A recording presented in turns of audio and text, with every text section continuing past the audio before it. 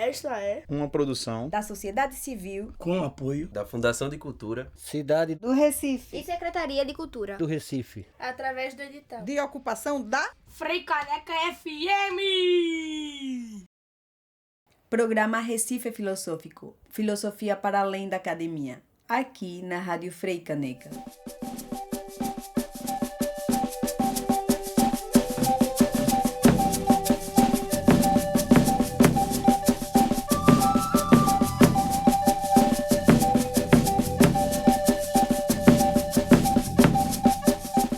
E aí, pessoas, Recife Filosófico de novo, o podcast mais aprumado em linha reta da América Latina. Vai se acomodando por aí, na medida do possível. Se tiver lavando esse banheiro que já tá cheio de lodo, preparando teu inhame pra comer com galinha guisada, esperando teu amigo ou tua amiga aparecer pro rolê, ou só na cadeira de balanço no quintal, pensando na morte da bezerra, a gente vai ser da companhia pelos próximos minutos. Aproximadamente 1 hora para ser mais exato. Para quem não me conhece, meu nome é Michelangelo, professor de filosofia e teu apresentador desse podcast arretado.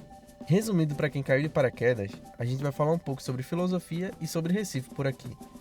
Nossa missão é te apresentar a ilustre Escola do Recife, a escola de filosofia mais influente do Brasil e como ela influenciou grandes pensadores que marcaram a história da nossa cidade. Se tu não sabe, Recife é uma das cidades mais importantes para o desenvolvimento da filosofia no Brasil. Vem-te embora conhecer essa história e ficar ainda mais orgulhoso da tua cidade.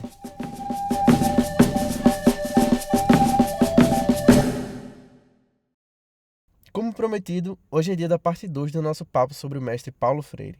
Semana passada a conversa foi massa, e hoje vai ser ainda mais, vice? Então se ajeita por aí que a gente vai continuar essa viagem pelo pensamento de um dos educadores mais importantes do mundo, nascido e criado aqui, pertinho da gente. No episódio anterior, a gente falou um pouco sobre a história da educação no Brasil, tu lembra? A educação jesuíta, a escola nova e tal. Também falou um pouco da vida de Paulo Freire, das dificuldades que ele enfrentou, do exílio, do sucesso internacional, de sua experiência como educador e principalmente da sua visão de educação como um ato de amor, de liberdade e de transformação social.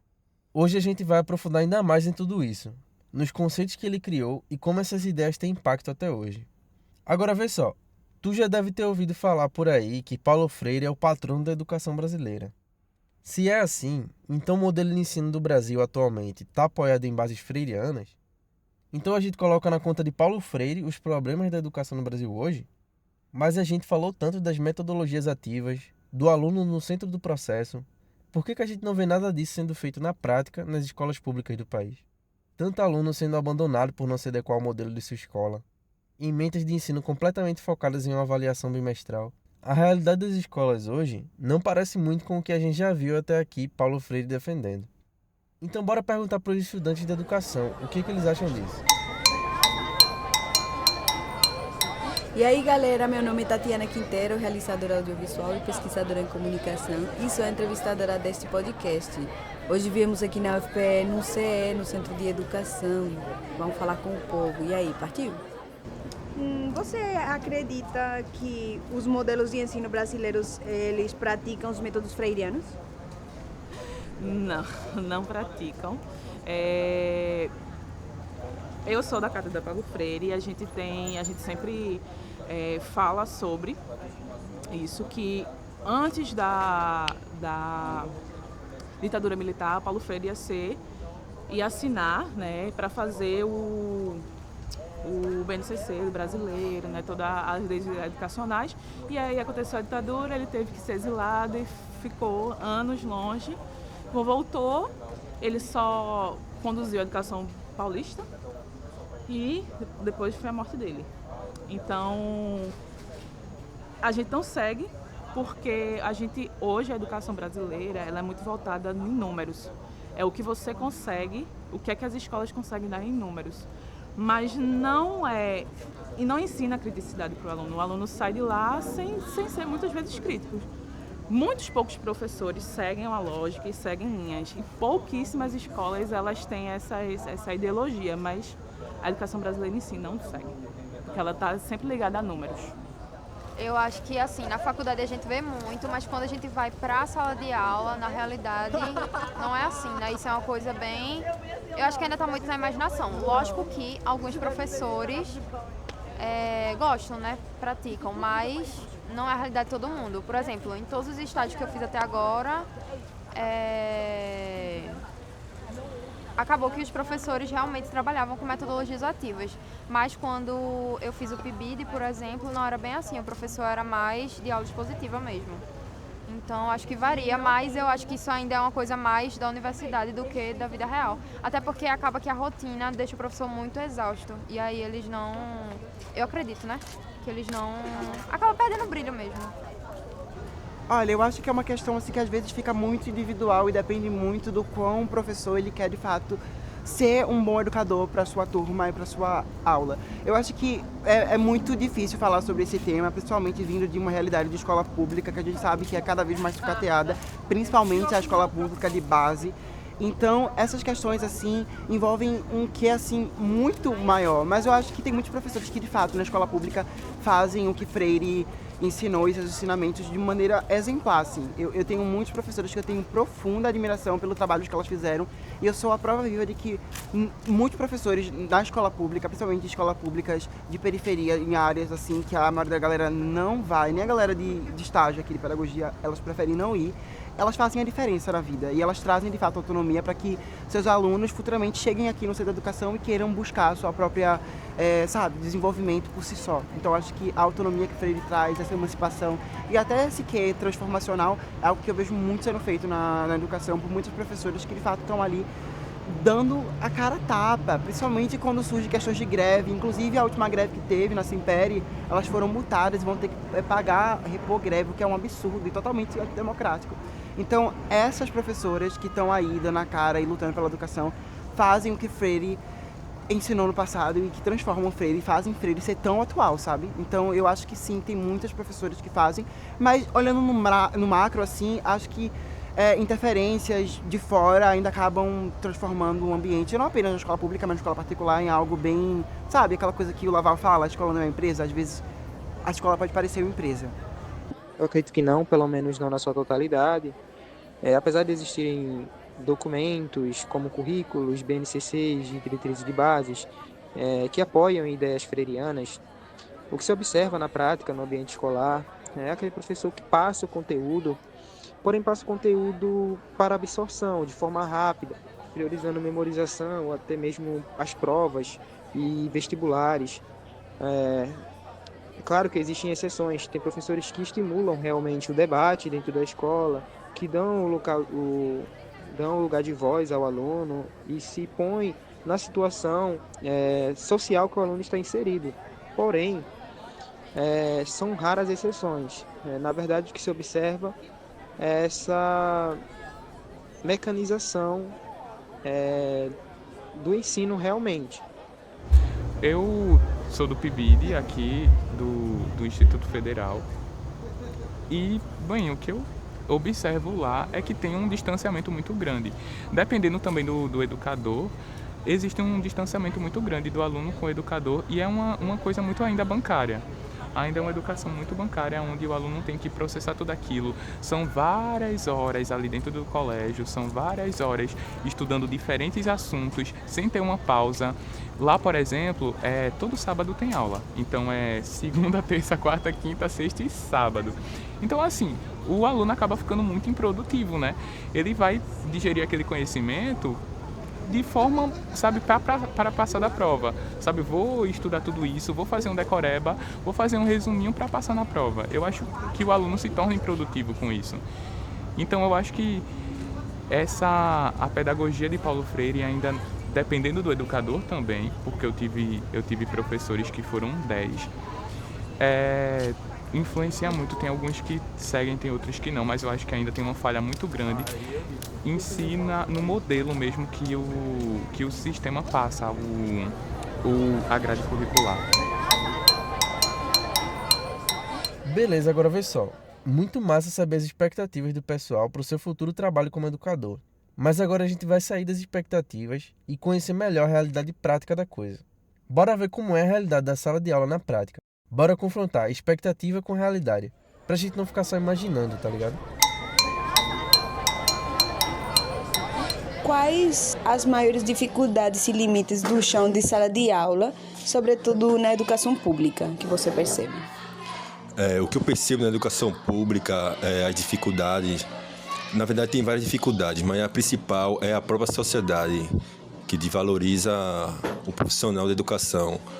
As próprias famílias acreditam que nós temos 100% do dever com essas crianças, mas a educação principal ela tem que vir de casa. Sem essa educação, podemos fazer pouco dentro da escola. Assim, atualmente, a maior dificuldade que a gente vem enfrentando, né, é a falta de apoio para trabalhar com os alunos neuroatípicos.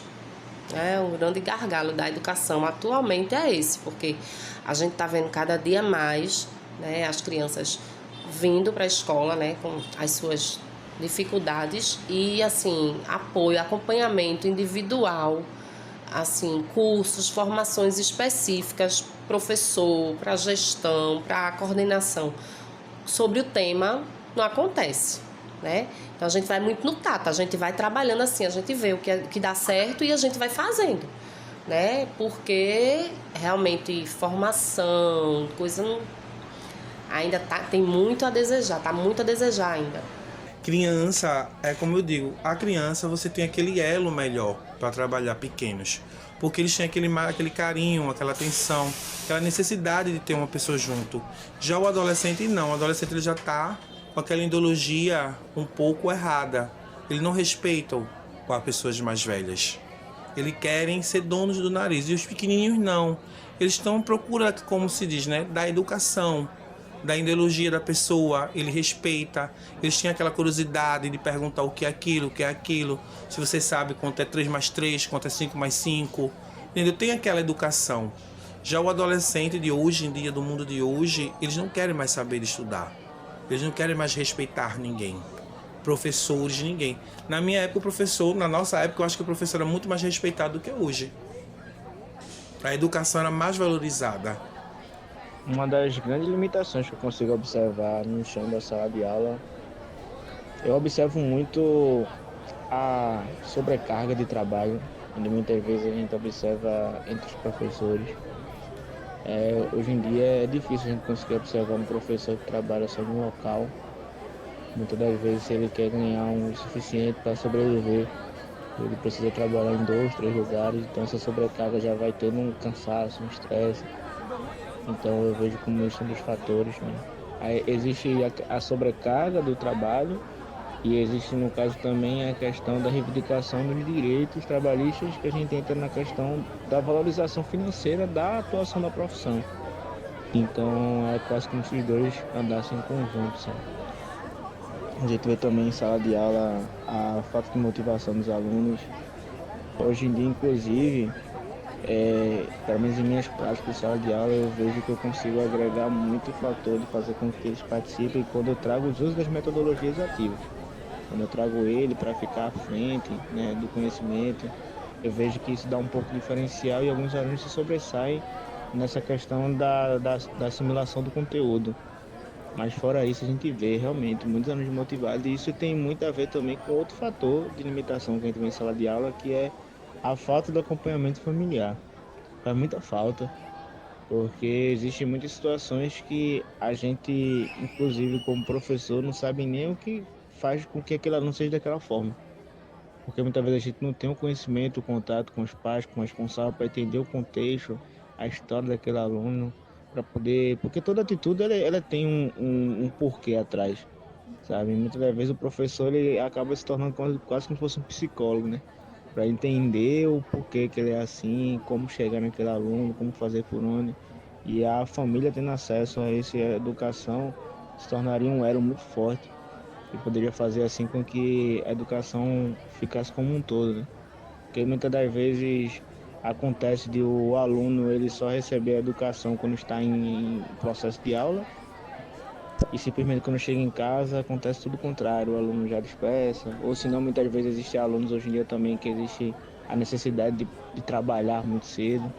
Então hoje em dia no Brasil a gente vê limitações de todas as formas quando se fala em sala de aula, e tudo engloba, mas a gente como professor a gente é persistente, né? Se a gente realmente não visse que tinha como mudar, a gente não existia mais professores no mundo. A gente tenta de diversas formas fazer com que mude esse panorama geral e que dependente da quantidade de coisas que vem a atrapalhar, mas quando a gente realmente quer mudar a vida do aluno, a gente consegue. Então não existe limitação suficiente que não pare um professor. A gente está ali forte e firme nessa luta engajada. Eu acho que o sobrepeso da transferência que as famílias fazem conosco, certo? Às vezes, certos limites que é para eles impor quanto família, eles transferem. Eu acredito que toda a sociedade transfere para a escola essa missão de educar. E nós sabemos que é incumbência da sociedade, da família e do próprio Estado nesse processo. Está lá no artigo 1º. A questão do que hoje em dia a gente percebe que eles não têm muito interesse em aprender, né? A gente planeja, a gente se dá, faz de tudo, mas nem sempre é aquilo que a gente espera. A gente é como se ali a gente está só fazendo o papel de estar ali trabalhando para dar aula, para receber nosso salário.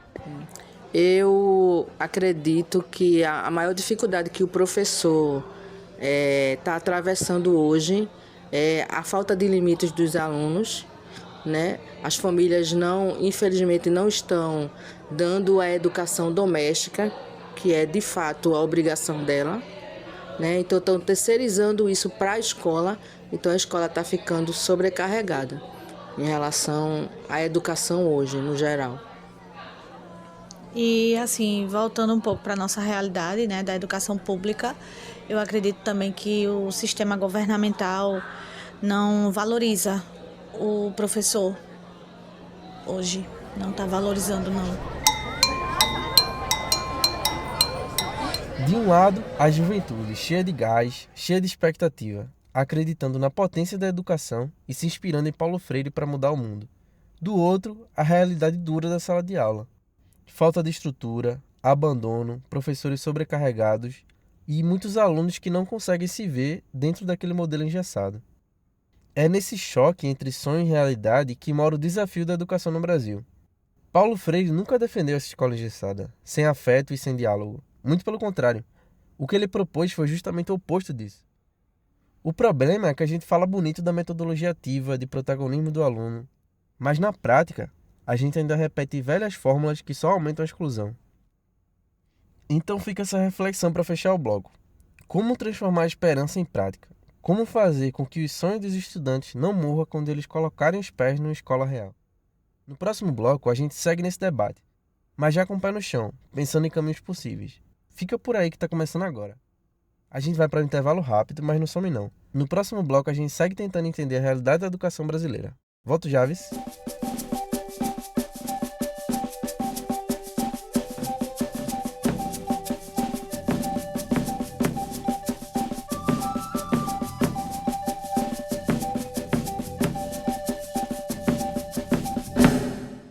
Programa Recife Filosófico. Filosofia para além da academia.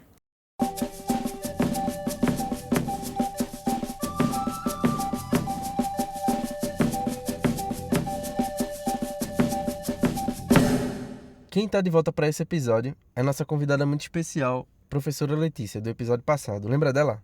Pois beleza, bora ver se ela consegue explicar pra gente essa contradição. E aí, Letícia, explica pra gente.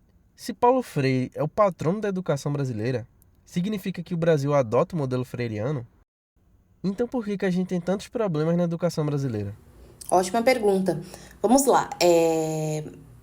Nós, quando eu digo que temos ali essa educação enquanto prática de liberdade se movimentando nas periferias, é como um subterfúgio à matriz que seria a pedagogia da sociedade burguesa, que é essa pedagogia excludente, essa pedagogia que não quer que preto entre na universidade, que não quer que o pobre esteja na universidade, que não quer que crianças se alfabetizem na idade certa, porque é necessária essa ignorância ou esse processo de alienação para que esse corpo esteja apto ao desenvolvimento das mazelas do sistema capitalista. Então, a pedagogia que nós temos hoje é uma pedagogia tradicional, é uma pedagogia conservadora, é uma pedagogia da burguesia. O Paulo Freire vem como uma estratégia. E é por isso, isso é muito interessante falar, né? Muitas vezes nós ouvimos alguns críticos de Paulo Freire, principalmente durante o desgoverno Bolsonaro, que evidenciava que Paulo Freire foi a pessoa que destruiu a educação brasileira. Eu acho que muitos de vocês já devem ter escutado isso, né? Ai, Paulo Freire, aquele ignorante, aquele cara que destruiu a educação brasileira.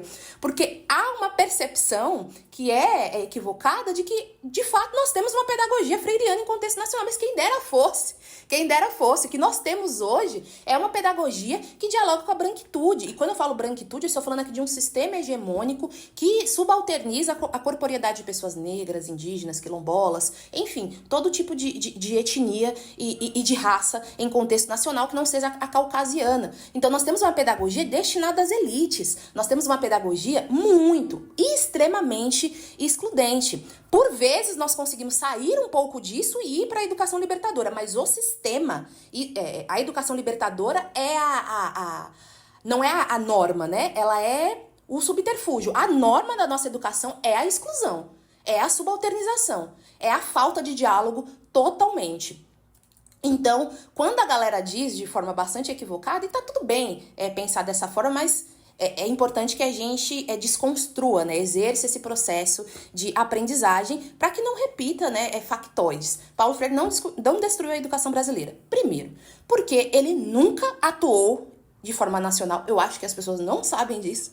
Mas o que acontece? Lembra que eu falei para vocês da experiência de Angicos?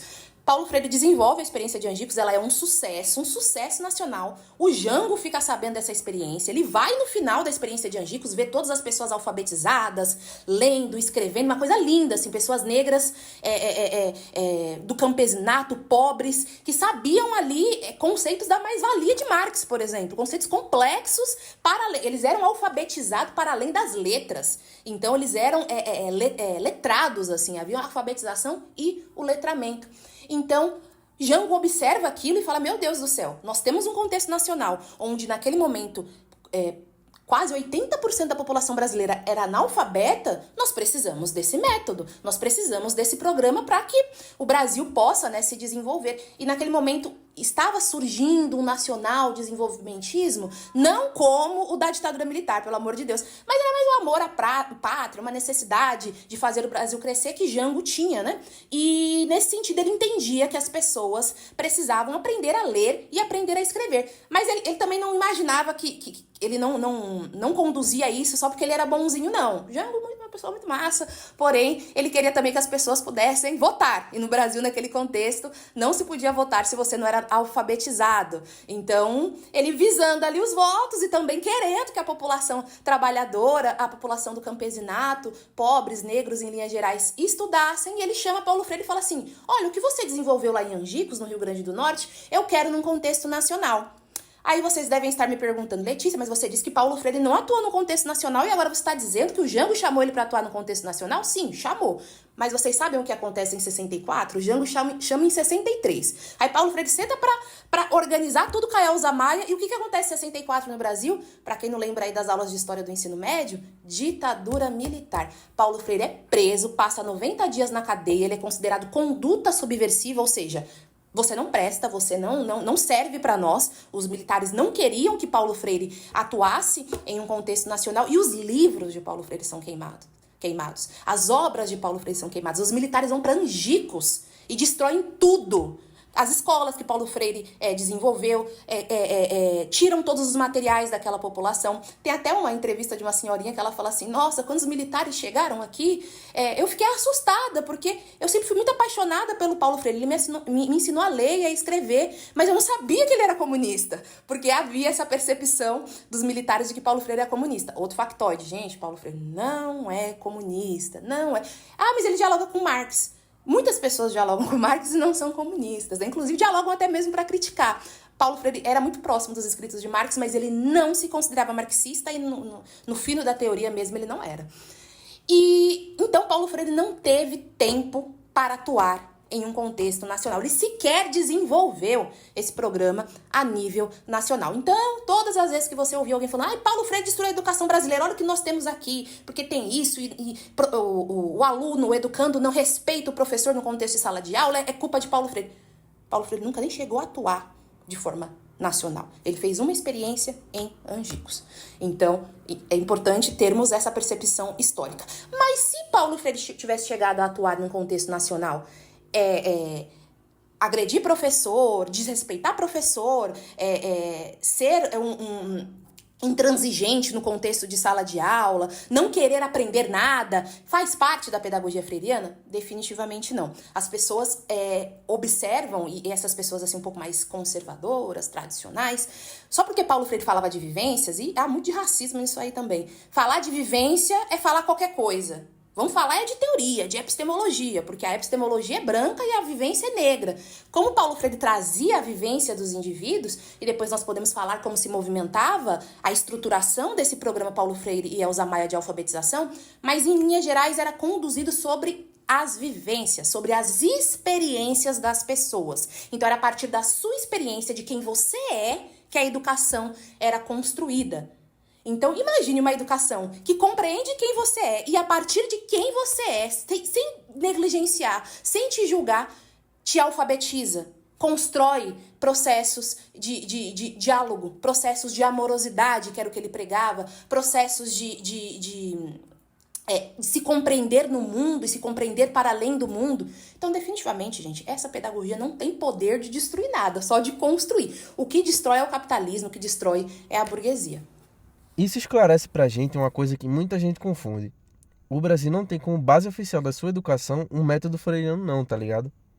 Paulo Freire é o patrono da educação brasileira sim, mas isso é só mais um reconhecimento simbólico da importância dele do que uma diretriz que guia de fato a educação. O que rola na prática é que nosso modelo de ensino continua muito preso a um esquema tradicional engessado com foco em avaliação, prova, nota, decoração e repetição.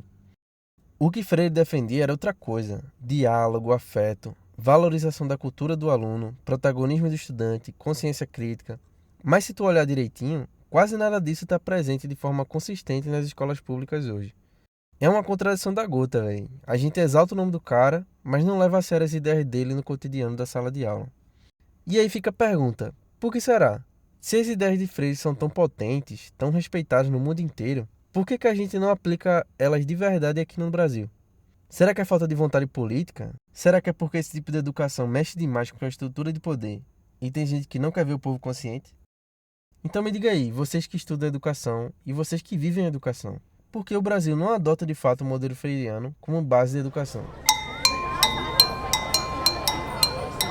Tem muitas questões muito claras do neoliberalismo no Brasil que impera com força. Cada vez mais a gente parece que nunca consegue, de fato, fazer uma transformação sem que o mercado ele venha e tome totalmente e quebre nossas pernas. A gente vê muito como o mercado ele faz isso com coisas mínimas, assim, coisas básicas. Então acho que a escola brasileira, ela muitas das vezes, principalmente a pública, sobrevive muito de ataques. Ela está sempre em bamba, assim. Então é muito difícil você ver uma visão assim no macro quando questões micros assim são muito atacadas. Eu vejo muito, por exemplo, em questões de financiamento. Muitas das escolas que funcionam atualmente funcionam à base de milagre. As gestoras têm que fazer 1000 coisas para conseguir dar um mínimo. Assim, hoje em dia é muito, a gente tem que estar em busca de índices. E seguir modelos. Seguir modelos prontos, que a gente tem que atingir aquela meta, né? A gente como educador hoje, a gente não tem tanta autonomia, né? Porque a gente segue sempre tudo que o governo quer, que é treinar os alunos para fazer prova.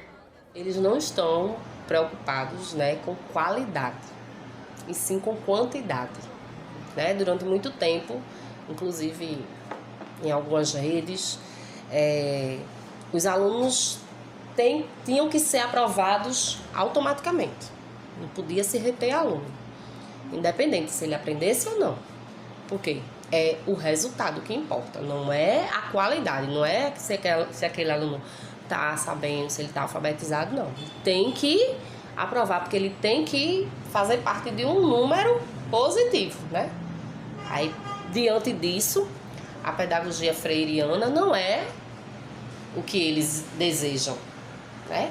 Porque é todo um construtivismo que delega mais um tempo, dá mais um trabalho para ser conquistado, né? Aí esbarra nessa questão dos resultados. O Brasil está muito preocupado em números e muito preocupada em, muitas vezes, certas informações já vêm prontas para os professores, eles só bastam completar e assinar e devolver essas documentações, que eles não passam a fazer plano de aula, algumas situações acabam que está tendo nem que o professor faça plano de aula. Então, assim, é possível, eu, sendo uma área que da biologia, consigo aplicar em sala de aula, fazer uma pedagogia da pergunta, ver mais ou menos o que os alunos sabem sobre o assunto, para poder aplicar e envolver o dia a dia deles. A gente consegue em qualquer área fazer isso, porque, querendo ou não, o dia a dia do aluno, ele traz muitas informações. A gente só precisa saber pegar as informações e aplicar isso em sala de aula. Então, assim, a gente fica sobrecarregada para poder dar conta do que a gente entende que é o certo enquanto educador e dar conta do que o governo quer, né? São provas e provas e provas e que treinar os alunos, só treinar os alunos para que os alunos façam aquela prova. Então, treinar aluno para fazer prova não é criar autonomia no aluno. Exatamente. Né? Cada resposta dessa entrevista mostra bem como o povo percebe a coisa, né, não? Uns falam da falta de interesse dos governos, outros dizem que é porque dá muito trabalho mudar de verdade, outros ainda enxergam medo de ter um povo que pense, que questione e que não aceite tudo calado. E se tu parar para pensar, faz sentido. O método freiriano não é só sobre ensinar a ler e escrever, é sobre ensinar a enxergar o mundo, a questionar a injustiça, a se organizar coletivamente. E isso incomoda muita gente poderosa. É por isso que, no fim das contas, a gente segue preso a um modelo de educação que não dialoga com a vida real do estudante. Mas olha, por mais que o sistema insista em ignorar, as ideias de Paulo Freire continuam vivas na prática de muita gente. Professores, movimentos sociais, projetos comunitários, a chama está acesa. E é com esse fogo que a gente vai encerrar esse bloco de agora. No próximo a gente vai entender melhor como esse método funciona afinal. Vai tomar uma água, vai, Benção? Já tô por aqui.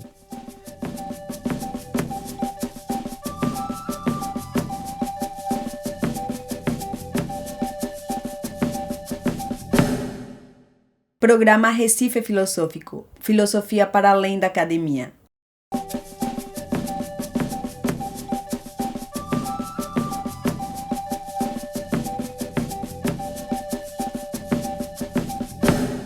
Agora vamos entrar no miolo da coisa. A gente já falou do impacto das ideias de Paulo Freire, já comentou a distância entre teoria e prática, mas afinal, como é que funciona esse tal método freiriano? E mais, será que dá para colocar ele em prática numa sala de aula hoje, com tudo que a gente já sabe sobre a realidade da educação no Brasil? Quem vai explicar melhor para a gente é a professora Letícia. Sim, muito legal essa pergunta. O programa Paulo Freire e Elza Maia de alfabetização tinha como base o diálogo. Então, o início era a oralidade. E eu não sei se todos vocês sabem, mas a oralidade, ela é uma prática, ela é uma construção histórica muito própria. Estou dizendo que só essas comunidades têm? Não, todo mundo fala. Mas é muito própria enquanto forma de desenvolvimento do conhecimento das comunidades africanas. Então, muitas comunidades africanas são ágrafas, né? Não tem essa escrita cartesiana como forma de construção do conhecimento, e sim a oralidade.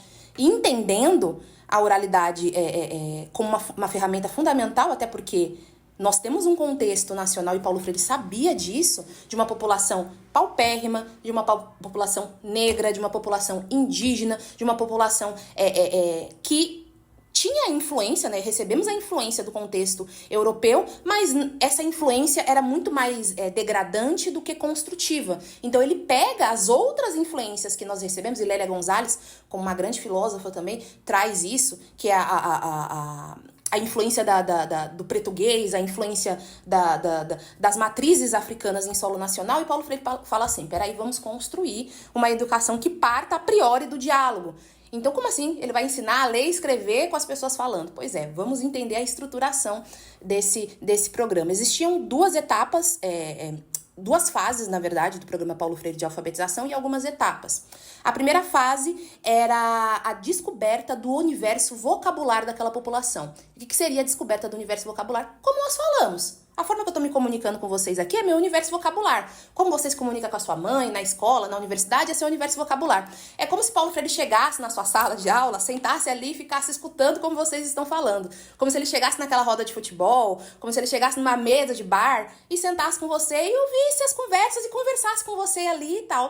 E aí ele pegava as palavras, as ditas palavras geradoras ou os temas geradores. Então vamos supor que vocês estão falando de futebol. Ah, falaram muito de futebol e dentro do futebol falaram de Corinthians, Palmeiras, o Sport Recife, enfim, de diversos times. Então ele pegava o tema gerador futebol e dentro desse tema gerador as palavras geradoras. E por que palavras geradoras? Porque seriam as palavras que iriam gerar essa construção, né, com o indivíduo. Então, dentro desse sistema que Paulo Freire desenvolve com a Elza Maia, ele coleta essas palavras ali no cotidiano das pessoas e, posteriormente, essas pessoas são chamadas para os círculos de cultura. E o que seriam os círculos de cultura? No linear da palavra mesmo, as pessoas sentavam em círculo, sabe? E conversavam. Então, Paulo Freire lançava a palavra geradora ali, favela, a palavra geradora da vez poderia ser. Então, ele ensinava as pessoas o que era a favela num contexto social, num contexto político, num contexto filosófico, e as pessoas traziam as suas percepções do que era a favela, o que elas entendiam sobre favela, quais eram as particularidades, enfim, traziam múltiplas coisas. E nenhuma dessas formas de compreensão do que é a favela, que é esse tema gerador, era descredibilizada. Então, para mim, a favela é um lugar onde tem muita gente pobre. Ok. Isso era acolhido pela pedagogia de Paulo Freire. A favela é um lugar de violência, às vezes eu vejo muita polícia lá. Isso era acolhido também por Paulo Freire. E, a partir disso, ele desenvolveu uma percepção bem emancipadora, né? A favela também é um lugar de resistência, a favela também é um lugar onde se pulsa, né, o coração da classe trabalhadora, e as pessoas iam se observando como parte desse processo. Então, era uma coisa feita de forma muito gradativa. Então, era uma conversa, mas você sentava, conversava, mas com método, viu, gente? Uma coisa chamada rigorosidade metódica que Paulo Freire gostava muito. Então, as pessoas sentavam, conversavam, havia o método por trás ali, que eram das palavras, os temas geradores das palavras geradoras, escutava-se tudo que aquelas pessoas tinham a dizer e, posteriormente, dava-se ali uma explanação outra no que se refere às condutas, né, daquela palavra geradora, daquele tema gerador, numa perspectiva mais crítica. E as pessoas saíam com uma outra percepção, ou às vezes com a mesma percepção, mas só que mais crítica. E tudo isso era muito acolhido por Paulo Freire. Quando se dava o processo de condução da escrita, né, e da leitura? Na segunda fase. Então, havia essa primeira fase da oralidade, que é muito importante. Então, diálogo para Paulo Freire, gente, categoria diálogo em Paulo Freire é fundamental. Então, havia essa primeira fase, que era o diálogo, o exercício da dialogicidade, que Paulo Freire chama, e, posteriormente, pegava-se essas mesmas palavras, então, tijolo, e começava-se a trabalhar essas palavras que foram já discutiu, já falaram tudo que tinha para falar, fizeram piada, movimentaram todas essas palavras de todas as formas possíveis. Esgotou-se essa movimentação oral, então agora vamos para a representação da palavra. Aí sim, Paulo Freire começava, junto com a Elza Maia e os outros, né, colaboradores, a exercer esse processo de alfabetização das letras, né? Porque o início também era alfabetização, mas da palavra. Aí agora a alfabetização das letras. Então colocava-se na lousa ali a palavra tijolo e ia separando essa palavra para que as pessoas entendessem gramaticalmente como ela se movimentava. E tudo isso dialogado com o contexto social das pessoas. Então, o tijolo estava lá desconectado? Não. Tinha o trabalhador sei lá, alguém que trabalha em alguma obra. A maioria ali eram pessoas que trabalhavam em obras, estavam nesse processo de êxodo, né, para as grandes capitais, para se movimentar trabalhando em obras. Então, Paulo Freire chegava, aquele tijolo que você carrega todo dia e tal. E aí a pessoa tinha na cabeça dela já a representação do tijolo. O que ela não tinha era a representação da palavra tijolo. Então, se ela já tinha na cabeça dela o que era o tijolo, porque era o que ela pegava todos os dias para trabalhar, a representação escrita ficava muito mais simples. Quando elas viam aquela representação escrita, elas não eram depositadas, né? Não havia um conhecimento depositado, havia um conhecimento construído, porque partia, mais uma vez, da vivência dessas pessoas, né? Então, elas aprendiam a ler Porque primeiro elas aprendiam a sentir, primeiro elas aprendiam a dialogar, primeiro elas aprendiam ser quem são e entender que ser quem é extremamente necessário, que não tem nada de errado, né? Você pode buscar perspectivas de mudança, e isso é sempre necessário, mas ser quem é, ser uma pessoa negra, uma pessoa LGBTQIAPN+, ser indígena, não é um problema. E a partir disso, nós vamos conduzir práticas educativas. Então, nessa segunda fase havia, né, esse destrinchamento das palavras geradoras da primeira fase, e ali as pessoas começavam a conduzir, a começar a ler e conseguiam começar a escrever palavras de acordo com o seu contexto. Então, hoje eu peguei um tijolo na obra. Eles conseguiam escrever porque eles tinham conversado sobre isso antes. Às vezes, esse eu vinha com 2 U's, às vezes vinha com O, mas isso era parte do processo educativo. No fim do programa Paulo Freire e Elza Maia de alfabetização, todas essas pessoas conseguiam escrever assim, na norma culta, digamos assim, né? Tinham a percepção da norma culta, mas também da sua característica popular. Uma pena que Paulo Freire foi impedido de aplicar esse método nacionalmente. Talvez a realidade da nossa educação fosse outra hoje. Ah, mas esse método não ia funcionar no Brasil todo. Só funcionou porque foi com um punhado de gente. Será mesmo? Diga pra gente, Letícia, quais as experiências mais relevantes desse método na prática? Dentro desse montante, que é um pouco trágico, assumo, né, bem complexo, há o que nós chamamos de linhas de ação, linhas de fuga.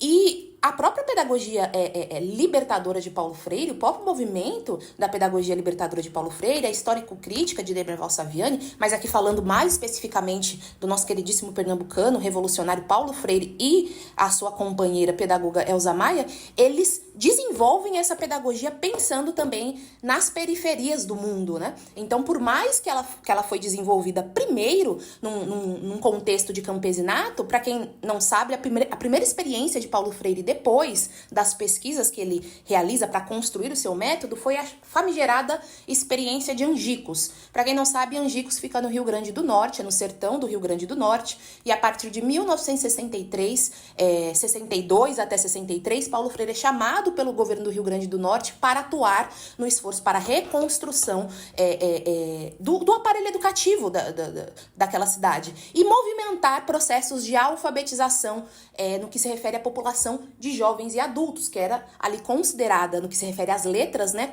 totalmente analfabeta.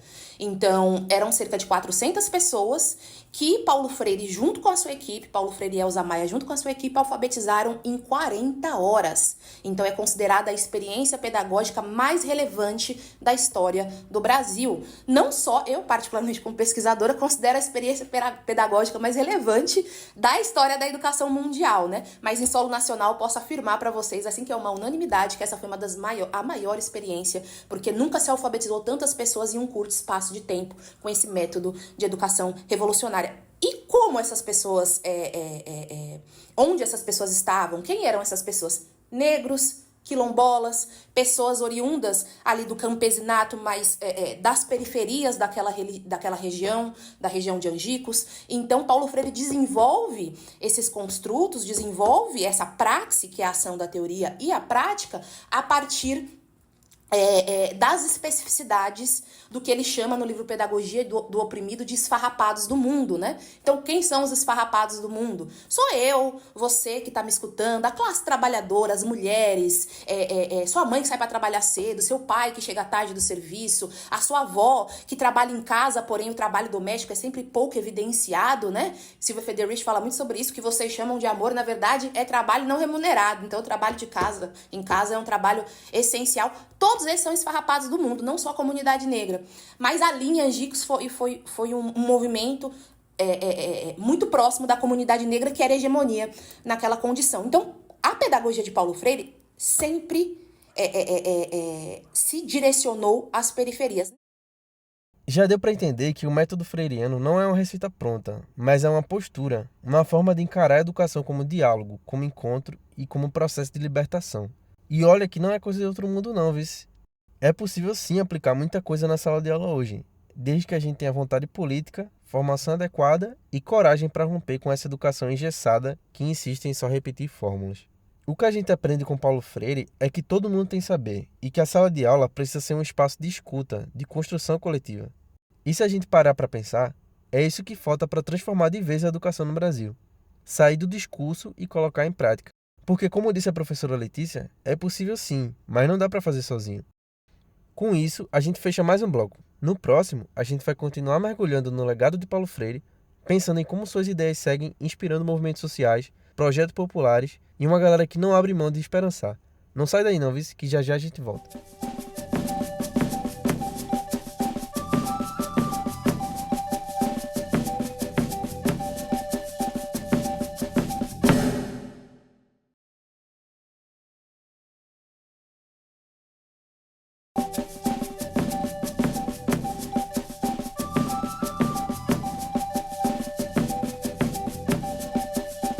Programa Recife Filosófico. Filosofia Chegamos para no além nosso da último academia. Agora é hora de olhar para frente e imaginar o que pode ser da educação no Brasil daqui para frente. Porque se tem uma coisa que Paulo Freire ensinou é que o futuro não é destino fechado, ele é construção coletiva. A gente faz o amanhã com as escolhas que toma hoje. E a pergunta que fica é: que futuro a gente quer para a nossa educação? Um futuro em que a escola continue sendo espaço de inclusão, onde só quem se adequa ao modelo tradicional sobrevive? Um futuro em que a escola abra as portas para todo mundo, respeite a diversidade, valorize a cultura popular e forme gente crítica, criativa e consciente. Para não ficar só na nossa fala aqui, a gente foi ouvir o povo de novo. Perguntamos: que futuro vocês sonham para a educação brasileira? Bora ver o que essa galera tem para dizer. Eu desejo que os profissionais sejam mais valorizados, né? Porque assim, o que a gente vê hoje em dia é muito difícil a gente escutar de uma criança que ela quer ser professora. Antigamente a gente via muito isso, né? Quer ser professor. Hoje é raro quando você escuta os meninos só querem ser policial. Não desmerecendo as outras profissões, claro, cada uma tem o seu valor, mas eles querem ser blogueiros, querem ser youtuber, querem ser menos professor. Porque assim, eu acho que a profissão está tão desvalorizada, está tão desmerecida, né? Do seu real valor que nem as crianças mais querem. Então, o que eu desejo é isso, é que a profissão seja mais valorizada, né? Como um todo, pela sociedade, de forma geral. Eu acredito num futuro que eu desejo para a educação nos próximos anos é que seja valorizado, né? Mas não só pelas políticas partidárias, mas pela toda a sociedade, né? A família, toda a sociedade como um todo. Se essas pessoas não valorizarem o nosso trabalho, a educação vai por água abaixo. Eu desejo uma educação respeitada, uma educação aceitável, uma educação que envolva a tecnologia, mas da parte mais positiva, certo? Que tenha mais consciência e mais respeito pelo ambiente escolar, em todos os aspectos. Eu queria mudança, né? Acho que a palavra é valorização do professor, da carreira do professor, né? Mudança. E tudo passa pela valorização do professor, né? Então, assim, o professor, quando ele não é valorizado em nenhum sentido, nem salarial, nem realmente na sua saúde, então o trabalho do professor, nas funções, então assim, o trabalho do professor está cada vez mais complicado com essa falta de valorização, em todos os sentidos. O que eu desejo é que seja mais valorizada pelo governo. Porque eu acho que devia ter um pouco mais de valorização dos professores. Porque sem os professores não existia um político, não existia um médico, não existia um advogado, um policial. Porque todos tiveram que passar dentro de uma sala de aula. E todos precisam de um professor, de um educador. Sem eles, o mundo não anda. Professora Letícia, diz aí pra gente, olhando pro legado de Paulo Freire e pra realidade que a gente tem hoje, quais são os futuros possíveis da educação no Brasil? Tu acredita que a gente consegue construir um caminho diferente, mais justo e mais libertador?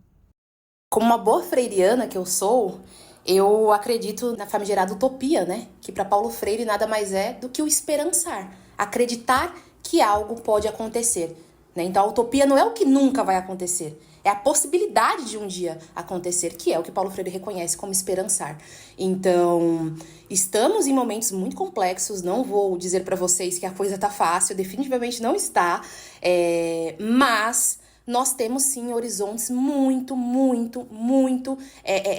revolucionários, muito libertadores, que podem ser construídos e estão sendo construídos por agentes sociais muito importantes. Então, por exemplo, quando nós movimentamos no que se refere à comunidade negra, nós temos Carla Cotirene, que é uma contemporânea muito importante para as relações étnico-raciais nacionais. Temos a própria Djamila Ribeiro, que é uma teórica que também trabalha com educação, trabalha com a filosofia também, mas com a educação em linhas gerais, e se movimenta num sentido a desconstruir as perspectivas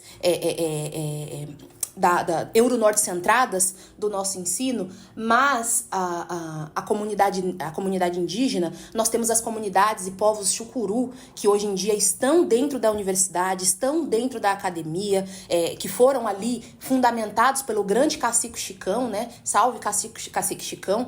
Esses povos chucurus, essa comunidade indígena, hoje chega dentro da academia e consegue movimentar as suas epistemologias, os seus saberes e dizer: eu existo, eu estou aqui e eu mereço ser notado e eu serei notado. Não é uma possibilidade mais a academia não nos aceitar, não é uma possibilidade mais a educação brasileira desconsiderar as nossas especificidades. Nós existimos, nós estamos aqui e vocês serão obrigados a nos evidenciar, vocês serão obrigados a nos considerar, porque os espaços que antes vocês nos negavam, nós estamos construindo outros, fazendo os nossos espaços e adentrando os espaços de vocês de forma extremamente, né, com a famigerada excelência, né, que é própria do pobre, do descamisado, do negro, do indígena. Então, observo também muito dentro da filosofia, tem uma pessoa assim que eu acho particularmente fantástica, que atua na Universidade Federal de Pernambuco,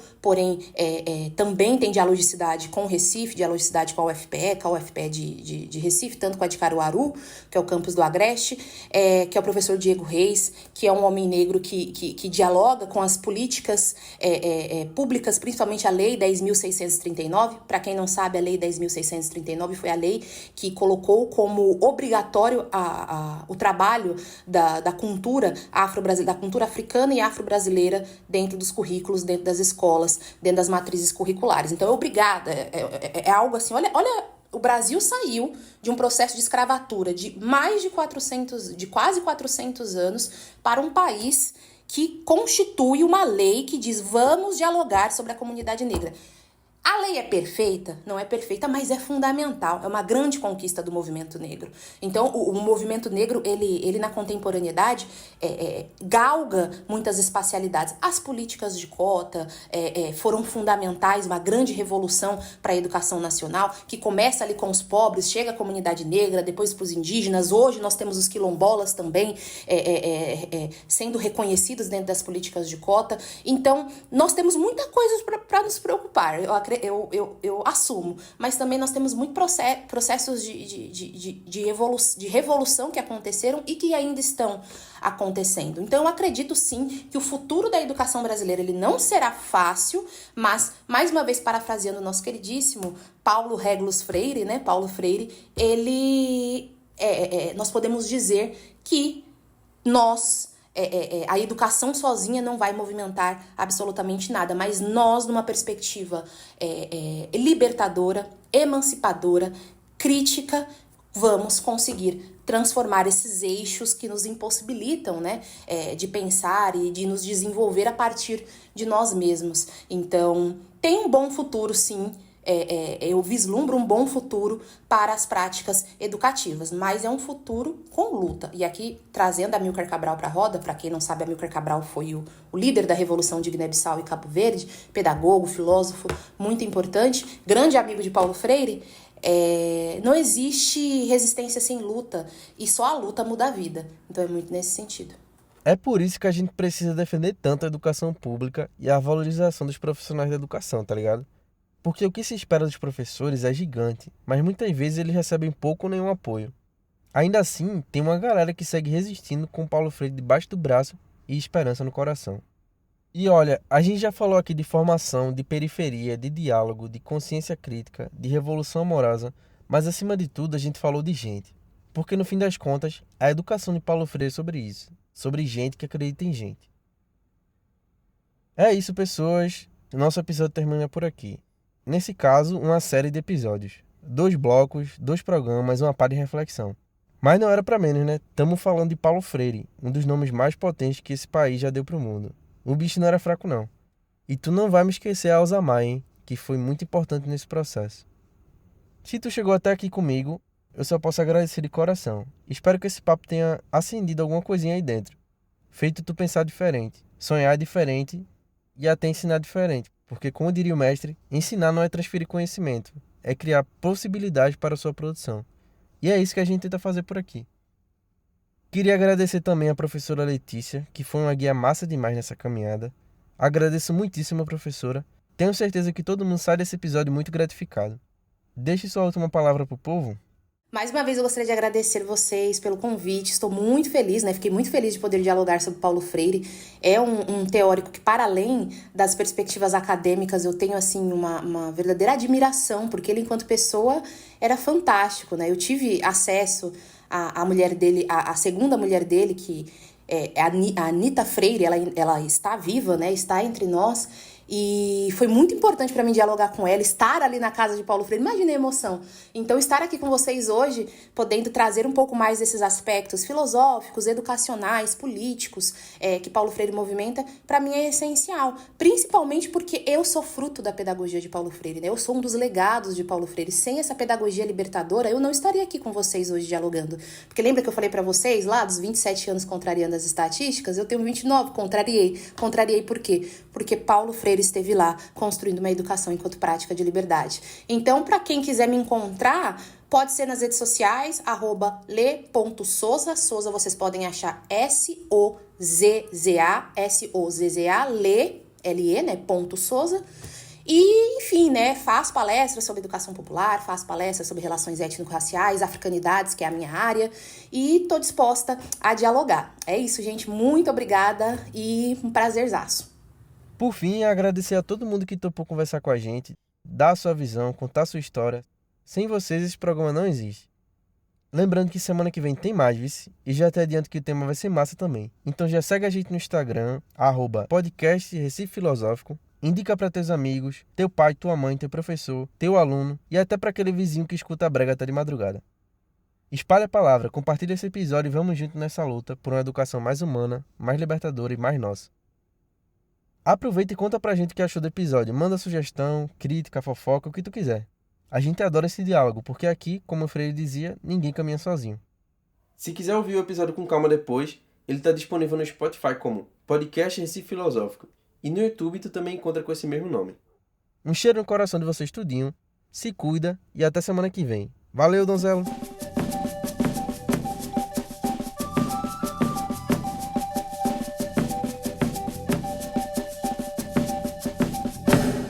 Direção e roteiro, Michelangelo Souza da Costa. Codireção e produção, Tatiana Quinteiro. Captação de som, Márcia Rezende. Montagem e finalização, Marcos Haas. Trilha sonora, Experimentos do Bac. Na direção de Mirte da Flauta e Sintra. Freicaneca FM. Toca cultura, toca Recife, toca você.